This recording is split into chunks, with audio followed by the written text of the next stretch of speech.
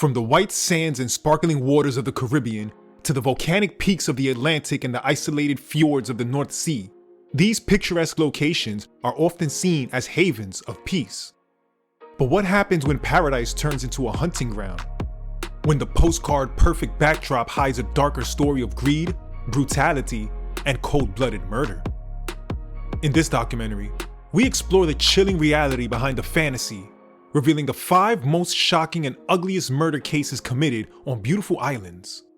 We'll delve into the stories of killers who shattered the illusion of tranquility and left a trail of terror in their wake. Hope you true crime junkies came for your hit of this. Welcome to How to Deal. Before we begin, make sure you like this video, subscribe to the channel, and check out our other true crime documentaries to help scratch that itch you've been feeling. Anders Breivik, Utoya Island, Norway. Let's start with a cold plunge first into the freezing small landmass known as Utoya Island, located in the fjord lake in Norway. Sorry for butchering the name. Where the winters reach a low of 25 degrees Fahrenheit and the summers just a mere 70 degrees.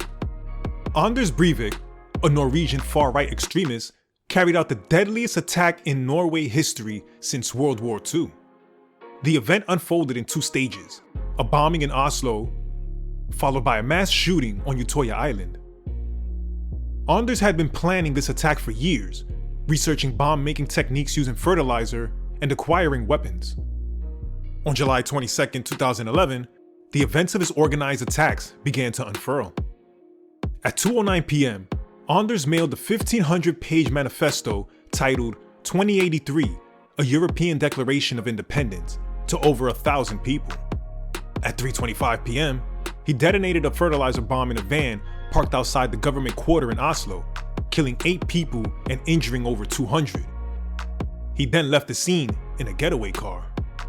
At 5:17, dressed in a police uniform, Anders arrived by ferry on Utoya Island, where the Workers' Youth League was holding a summer camp. He claimed to be a police officer sent for security in the wake of the bombing. At 5:21 p.m., the shooting began. Over the next 72 minutes, Anders systematically shot and killed 69 people, most of them teenagers. By 6:30, he surrendered to police without resistance. Anders Breivik was charged with mass murder and sentenced to Norway's maximum prison sentence of 21 years, which can be extended as long as he is deemed a threat to society. Alexis Santana, Puerto Rico. Let's start warming up in the tropical island of Puerto Rico, known for its rainforest, music, and its culture. It is also the place where our next most shocking murder case takes place. Alexis Candelario Santana, former leader of a drug trafficking organization and convicted criminal for his most known involvement in the 2009 La Tombola massacre. Between 1993 and 2003, Alexis led a drug trafficking organization in the Sabana Seca barrio of Toa Baja, Puerto Rico, trafficking all sorts of designer drugs. During this time, he was responsible for killing or ordering the killing of 13 people he viewed as threats or disloyal members of his organization. He was arrested in 2002, and in 2003, he was convicted of 12 murders and sentenced to 12 years in prison. Alexis was released in half the time, 6 years later. On October 17, 2009, Alexis and others, heavily armed, went to the grand opening of La Tombola pub, which was being held by a rival drug trafficker. They opened fire on the patrons, killing 8 people and an unborn child and injuring 19 others. He was arrested in St. Thomas, U.S. Virgin Islands, the next month. A federal jury convicted Alexis Santana of 40 counts, including multiple counts of murder, and sentenced to life in prison. Cordell Farrington, the Bahamas. Over 800 miles northeast, we have the Bahamas. Composed of over 700 islands, the Bahamas is known for its turquoise waters, unique marine life, and its most beloved attraction, its colony of swimming pigs. It's also known for having imprisoned the country's second ever serial killer, Cordell Farrington. In 2002, Cordell killed his former lover Jamal Robbins after the couple had an argument and Jamal threatened to leave him. In 2003, from May to October, 4 boys disappeared in Grand Bahama, sparking widespread alarm and creating a sense of panic. On October 26, 2003, Cordell turns himself in to the police. He confesses to the murders of the boys, as well as the killing of Jamal Robbins. He then leads police to his home and remote parts of the island where the remains of his victims were found, some of which he had stored in numbered boxes. In 2006, he is sentenced to death for the murder of Jamal and given 4 life sentences for the murders of the 4 boys. His death penalty was removed, citing a severe personality disorder, but still serving life in prison. Jonathan Lara, Dominica.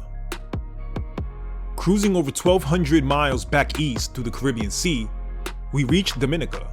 Often called the nature island of the Caribbean, Dominica is not known for its sprawling resorts and white sand beaches like its neighbors.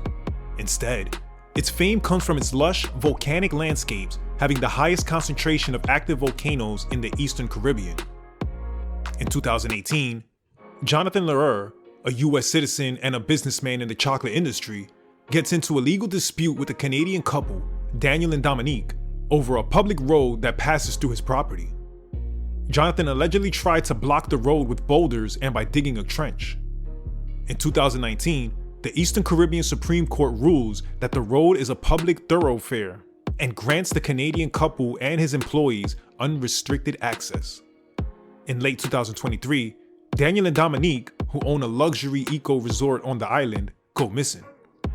On December 1st, 2023, the bodies of a man and a woman, believed to be the Canadian couple, are found in a burnt-out car near the resort. The intense fire made a positive identification difficult, with police relying on circumstantial evidence. On December 6th, Jonathan and his co-accused are charged with the murder. Jonathan has recently been denied bail and remains in custody pending legal proceedings. Dominica is considered one of the safer islands in the Caribbean, with a relatively low crime rate compared to many of his neighbors, making this murder a rare instance. The May Penn Police Death Squad, Jamaica.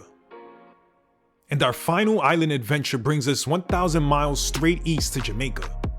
Known for its reggae music, Rastafarian movement, and world-class athletes, Jamaica had a dirty little incident they wish could have remained a myth. The May Penn Police Death Squad refers to a group of officers based at the May Penn Police Station in Clarendon, Jamaica, who were accused of murdering at least 60 civilians between 2009 and 2013. During this period, a group of officers at the May Penn Police Station allegedly carried out extrajudicial killings, often presenting the deaths as legitimate encounters with criminals, planting illegal firearms on the bodies just to justify the shooting. In January 2013, the alleged death squad's activities began to unravel after the killing of Adif Washington, who was shot while in a hospital ward. The investigation by Jamaica's Independent Commission of Investigations uncovered evidence suggesting the killer was a police officer. Ballistics evidence linked a fragment from the crime scene to the service weapon of a police corporal. The investigation into Washington's murder led to the broader discovery of the alleged death squad.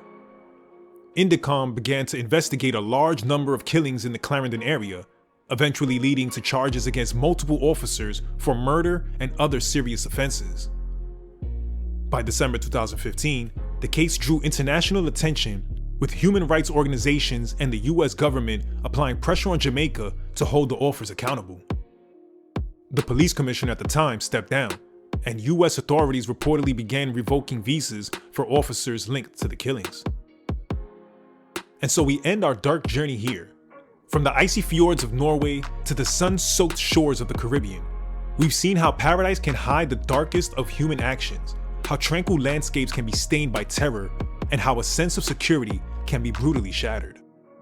These stories serve as a stark reminder that evil isn't confined to cities or dark alleys.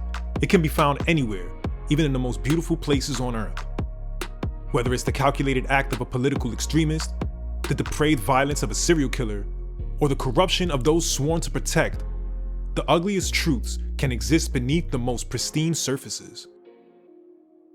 If we missed an island, or if you want us to review true crimes from different locations, let us know in the comments down below. Thanks for watching, and take care.